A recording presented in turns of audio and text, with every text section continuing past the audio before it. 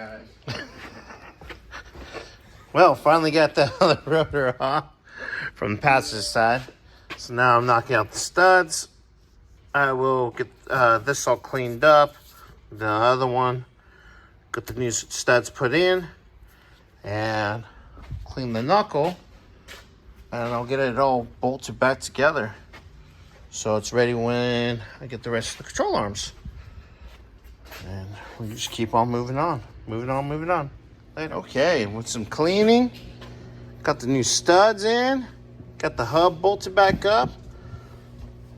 There's a bracket I'm gonna put on there. I'm gonna clean up, and it goes on there. It's got this own little screws that holds the ABS sensor wire out of the way.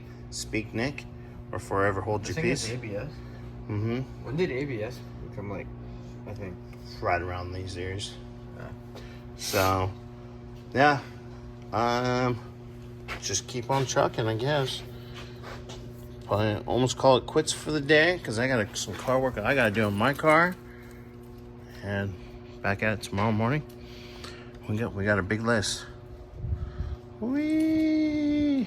All right, guys. Later.